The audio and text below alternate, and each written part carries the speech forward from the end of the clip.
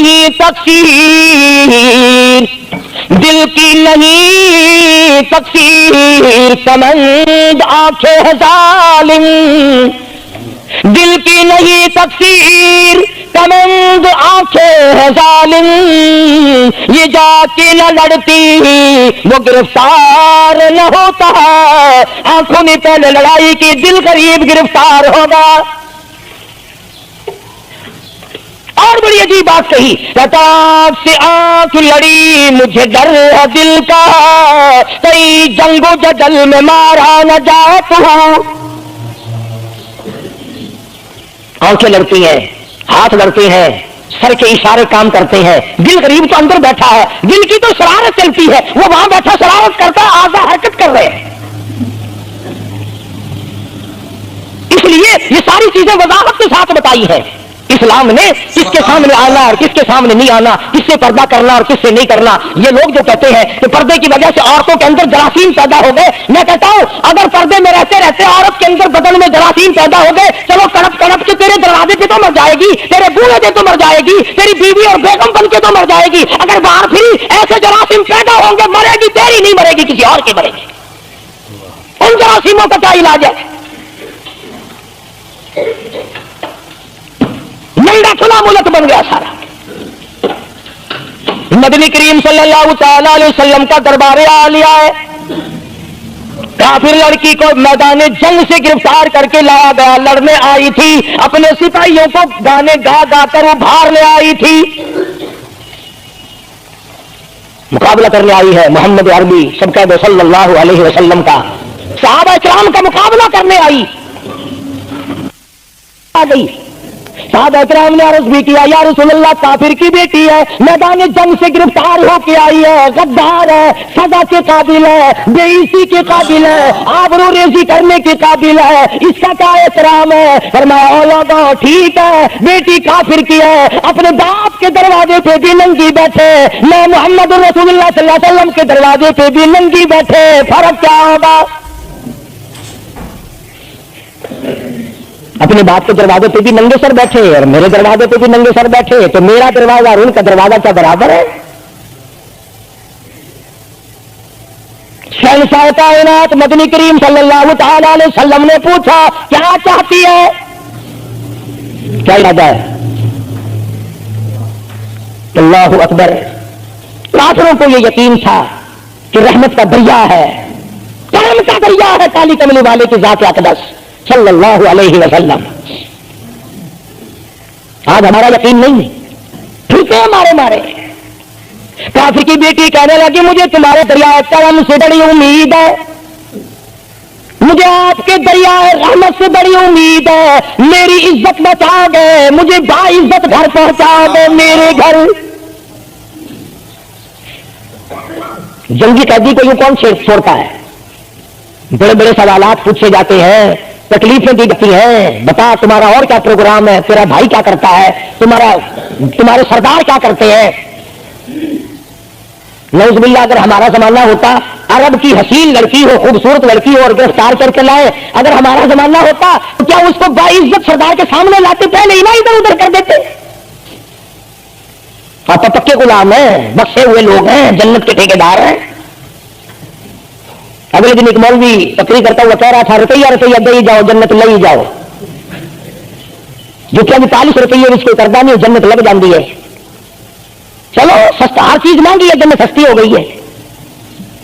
مدنی کریم صلی اللہ تعالی علیہ وسلم کے اخلاق کی طرف اشارہ کر کے لڑکی کافرہ کہنے لگی مجھے تیرے دریائے کرم سے امید ہے، آپ شہنشاہ کائنات ہے، ساری دنیا کی طرف کھانے والے ہیں، مجھے 22 تک میرے گھر پہنچاؤ۔ حضور صلی اللہ علیہ وسلم نے 2 جوانوں کو ساتھ کر دیا کہ جاؤ اسے گھر چھوڑ کے آؤ۔ وہ بھی بڑی پکی نکلی، میرے تیرے ورگا ہوں یا میرے تیرے جیسا ہوتا تو اسی وقت کہتا جی کلمہ پڑھا دو، پہلے میں مسلمان بن کے جاؤں گی، چاہے اندر سے نہ بنتی خوش تو کر کے جاتی نا۔ یہاں صوبہ سندھ میں ضلع سانگڑ میں ایک قصبہ ہے بیرانی ٹنڈو آدم کے علاقے میں، وہاں ایک کراڑ کا چھوکرا رام کشن کئی سال ہو گئے مسلمان بن گیا تھا، 3 ستارے اس نے یاد بھی کیے قرآن کریم کے، اور وہ پھر ہندو بن گیا۔ ہم نے اس کا نام سلیم رکھا تھا، ویسے نام اس کا رام کشن ہے. پھر جب مجھے ملا تو میں نے کہا رام کشن تو نے یہ کیا کیا؟ کہنے لگا استاد جی قرآن کریم میں جا بجا نماز کا حکم ہے، مسلمان نماز نہیں پڑھتے، زکات کا حکم ہے زکات نہیں دیتے، شراب کی حرمت ہے حرام ہے شراب پیتے جوا کھیلتے ہیں. جب اسلام تمہارے پاس نہیں تو ہم قید ہوئے کیوں پڑے رہے؟ ہم واپس ہو گئے. ہماری بدعمالیوں کی وجہ سے، ہماری بدماشیوں کی وجہ سے یہ ساری دنیا کے لوگ کافر مر رہے ہیں. اگر آج حضور کی سیرت کو عام کر دیا جائے ایک آدمی بھی کافر نہیں مر سکتا.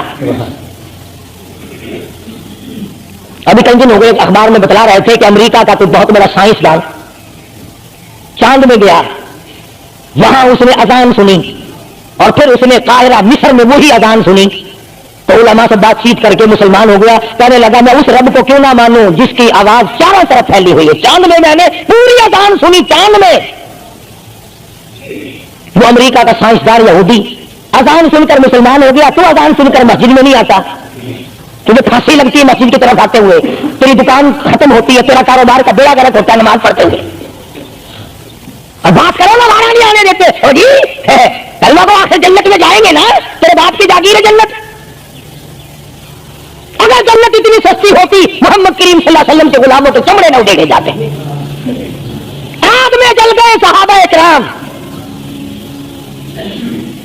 نبی کریم صلی اللہ تعالی علیہ وسلم نے دونوں جوان اس بچی کے ساتھ کر دیے. سفر لمبا ہے، راستہ جنگل کا ہے، اندھیرا بھی آیا. لڑکی کا بیان ہے جو مسلمان بھی نہیں بنی تھی، کہنے لگی میری ساتھ ایسا معلوم ہو رہا تھا کہ یہ ایک اس طرف چلتا تھا ایک اس طرف چلتا تھا، یوں معلوم مجھے ہوتا تھا یہ دونوں اندھے ہیں، انہیں نظر ہی نہیں آتا.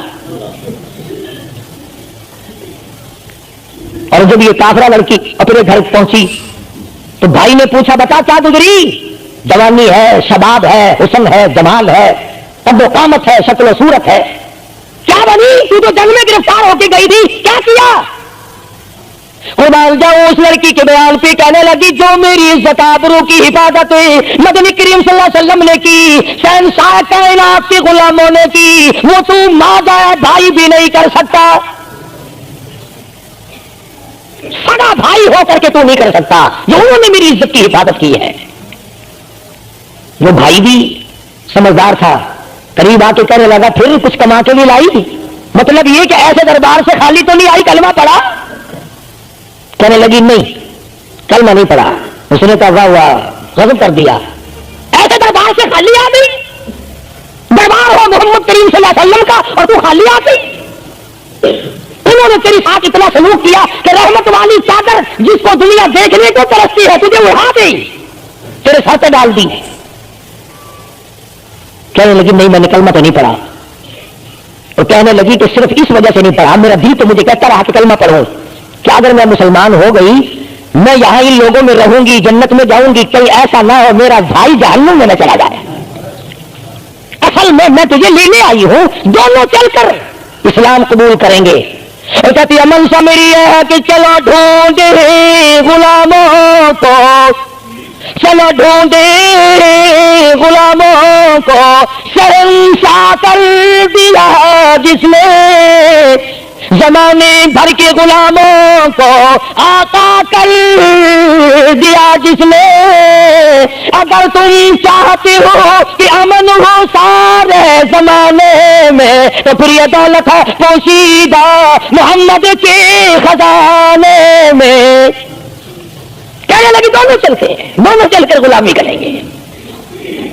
کبھی ہم دوسروں کی عزت کی حفاظت کیا کرتے تھے، آج اپنی آبرو سڑکوں پہ پھرتی ہے، شرم نہیں آتی، ڈوب کے نہیں مرا جاتا. چوڑے ہوئے بیٹھے ہیں، میری لڑکی بی اے پاس ہے، میری لڑکی ایم اے پاس ہے، پھر ہندوستان سے مقابلہ کرائے گا اس کا، اندرا کے نال کشتی کرانی ہے. ہوگا کیا اگر وہ ایم اے پاس ہوگی؟ کرے گی کیا سوائے اس کے کہ نہ روٹی پکائے نہ کپڑے دھوئے، تیری کھوپڑی مانج مانج کر کھاتی رہے، اور کیا کرے گی؟ رکھو دین سے دور اپنی بچیوں کو، پھر یہی نتیجے نکلیں گے جو آج ہو رہے ہیں. اللہ پاک جل شانہ نے محمد کریم صلی اللہ علیہ وسلم نے عزت کا مفہوم بتایا، تصور بتایا.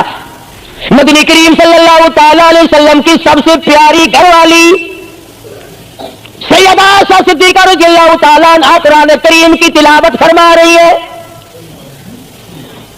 کچے حجرے تھے، تیرا نبی تو ساری عمر جھوپڑیوں میں گزار کے چلا گیا، تیرے دماغ میں ہر وقت بنگلے رہتے ہیں، وقت کوٹھیاں رہتی ہیں، اور واسطہ خدا کا ان بچوں کو برباد نہ کرو، کوٹھی بنگلے کا راستہ نہ دکھاؤ، ان تمام کو قرآن کا راستہ دکھاؤ، مدنی کریم صلی اللہ علیہ وسلم کے دریائے کرم کا راستہ دکھاؤ۔ تم نے ان کو کہاں ڈال دیا؟ لوٹ مار کر کے کوٹھی بنانی ہے، رشوت بٹور کی کوٹھی بنانی ہے، حرام جمع کر کے بنگلہ بنانا ہے۔ حدیث میں آتا کئی مرتبہ آدمی بنگلہ کوٹھی بنا رہا ہوتا اور اسے یہ پتہ بھی نہیں چلتا کہ میرا نام مردوں کی فہرست میں آ چکا۔ فرمایا مدنی کریم صلی اللہ تعالی علیہ وسلم نے بعد مرتبہ آدمی صحرا باندھ کر شادی کے لیے جا رہا ہوتا ہے اور اسے یہ پتہ بھی نہیں چلتا کہ میرا نام مردوں کی فہرست میں شمار ہو چکا۔ پھر یہ کیا چیزیں ہیں جن کے پیچھے ہم لوگ مر رہے ہیں؟ نبی کا کچا حجرہ تو کچا ہے، پر جبریل غلامی کرتا ہے، جبریل آتا ہے روزانہ، رب کی رحمت برستی ہے، خداوند کریم کے سلام آتے ہیں۔ سیدہ عائشہ صدیقہ رضی اللہ تعالی عنہا قرآن کریم کی تلاوت فرما رہی ہیں، اندازہ لگاؤ، زبان ہو عائشہ صدیقہ کے، قرآن ہو اللہ کا۔ دیوار میں کوئی سوراخ تھا، سرکار دو عالم صلی اللہ علیہ وسلم جب باہر تشریف لائے تو اس سوراخ میں سے حضرت عائشہ کی رضی اللہ تعالی عنہا آواز سنی۔ آپ نے اندر جا کر حضرت عائشہ سے یہ نہیں فرمایا کہ آہستہ پڑھ لے، ہولی پڑھ لے، باہر آواز جان دی ہے، ہولی ہولی تلاوت کر، بلکہ وٹا ڈھیلا اٹھا کر لائے رحمت والے ہاتھوں سے اور اس سوراخ میں کوٹ کر بند کیا۔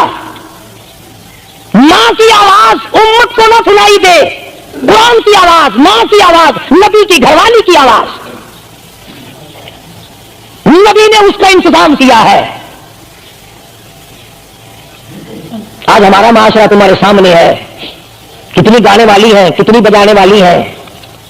علماء کرام نے لکھا ہے کہ مرتے وقت، قبر میں اتارتے وقت، جنازہ پڑھتے وقت اگر کسی کی شکل بدل جائے، کوئی تبدیلی آ جائے تو دکھانا جائز نہیں، البتہ گانے ناچنے والی کنجری کی اگر شکل بدل جائے پھر حکم ہے کہ اعلان کر کے دکھاؤ، بلا کے دکھاؤ۔ اب بلا یہ چیزیں کون بتائے؟ ہم جتنے مولوی ہیں، پیر ہیں، اگر کنجری بدماش ہمیں نظرانہ دے، اصل تو ٹھیکہ چکا دعا کریں گا، یا اللہ یہ کاروبار اس برکت کا ہے،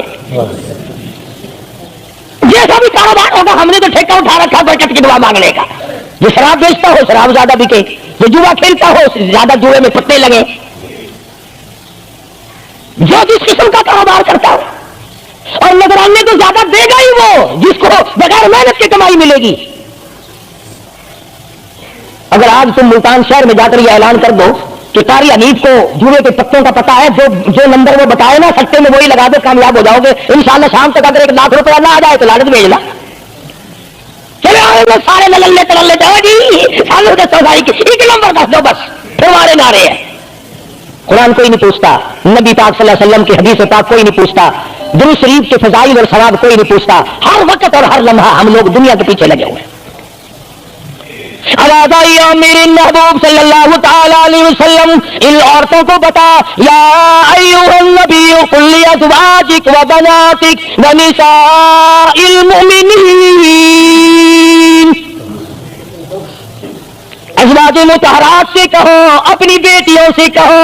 اللہ اللہ اللہ سبحان اللہ۔ اللہ پاک نے یہ بھی نہیں فرمایا کہ دوسروں کو کہو، فرمایا پہلے اپنے گھر سے شروع کرو۔ ازواجک، پہلا نمبر میرے محبوب گھر والیوں سے پردہ کراؤ، وبناتک، اپنی بیٹیوں سے پردہ کراؤ۔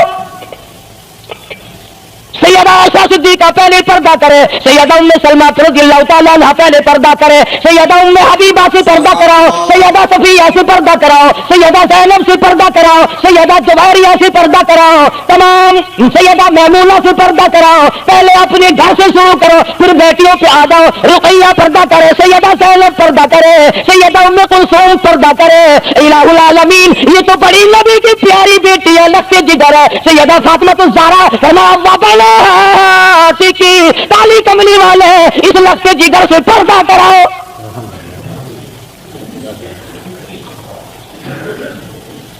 ہمارے یہاں کے جتنے قانون ہوں گے غیروں کے لیے، افسروں کے لیے کوئی قانون نہیں، افسروں کی بیوی بچوں کے لیے کوئی قانون نہیں. قانون آئے گا تو عوام کے لیے آئے گا. اور اسلام کا یہ شان دیکھو, خدا نے پہلے فرمایا یا ایھا النبی, اے کالی کملی والے, کل ازواجک, ایسا سے پردہ شروع کر, اپنے گھر سے شروع کر, پھر اپنی بیٹی اور فاطمہ کو پردہ کرا تاکہ اس کے پردے کے صدقے میں اوروں کو بھی مل جائے.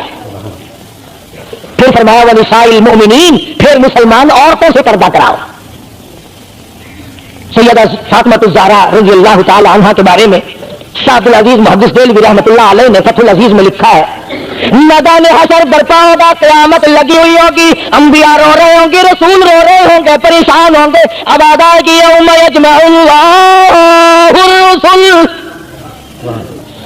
فیقول ماذا اجبتم, سوالات ہوں گے. پرسرات لگی ہوئی ہے, 500 میل 500 برس تیز رفتار گھوڑا دوڑے, اتنے دنوں کی چڑھائی ہوگی پرسرات کی, 500 برس تک گھوڑا تیز رفتار دوڑے, اتنے دنوں کی چڑھائی, پھر اتنے دنوں کی ہموارگی برابری, پھر 500 سال کی لہائی اترائی, 1500 سال پرسرات پہ لگیں گے, تیز رفتار گھوڑا گزرے, بال سے باریک ہے, تلوار سے تکھی اور تیز ہے. انبیاء گزریں گے, رسول گزر رہے ہوں گے, برق رفتار بجلی کی طرح گزر جائیں گے.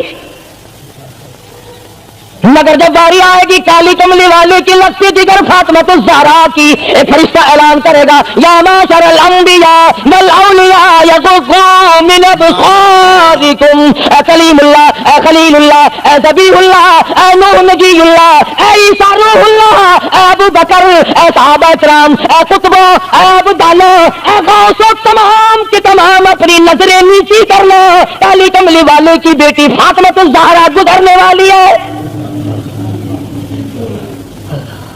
اس کا اکرام وہاں بھی ہے, اس کے پردے کا اہتمام ہے. قرآن کیا ہوئی اس کی عظمت پہ, آخری وقت میں فرمایا ہے شیر خدا, اگر میرا دل میں انتقال ہو جائے تو جنازہ رات کو اٹھانا, میرے جنازے پہ بھی کسی کی نظر نہ پڑنے پائے. یہ ہے شہیدوں کے پردے. چلے جگہ کوٹھی میں لکھا ہوا سید امجد حسین, سید لیاقت حسین, اور کوٹھی میں سے جب دیکھو تو یوں نکلتی ہیں بھیڑ بکریاں نکل رہی ہیں. سید ایسے ہوتے, فاطمہ الزہرا کی سادات پڑے کو دیکھ, حسین اور حسن کو جنم دینے والی مائی کو تو دیکھ, قیامت میں اس کے پردے کا ڈنکا بجایا جا رہا ہے. تو میں عرض کر رہا تھا, میرا تو کسی سے لڑائی جھگڑا نہیں, نہ میں کوئی سیاسی بندہ ہوں. میں تو یہ سوچتا ہوں کہ ہماری عزت برباد نہ ہو. کافر کیا کہے گا, یہ ہمارے اخبار پڑھ کر ہندوستان کے چوٹے چمار ہمارے منہ پہ کیا تھوکتے ہوں گے کہ یہ ہے اس کالی کملی والے کے غلام. اللہ پاک میری اور آپ سب کی عزت اور آبرو کی حفاظت فرمائے, اور ہم سب کو ایمان کی دولت سے مالا مال فرمائے. وآخر دعوانا الحمدللہ رب العالمین.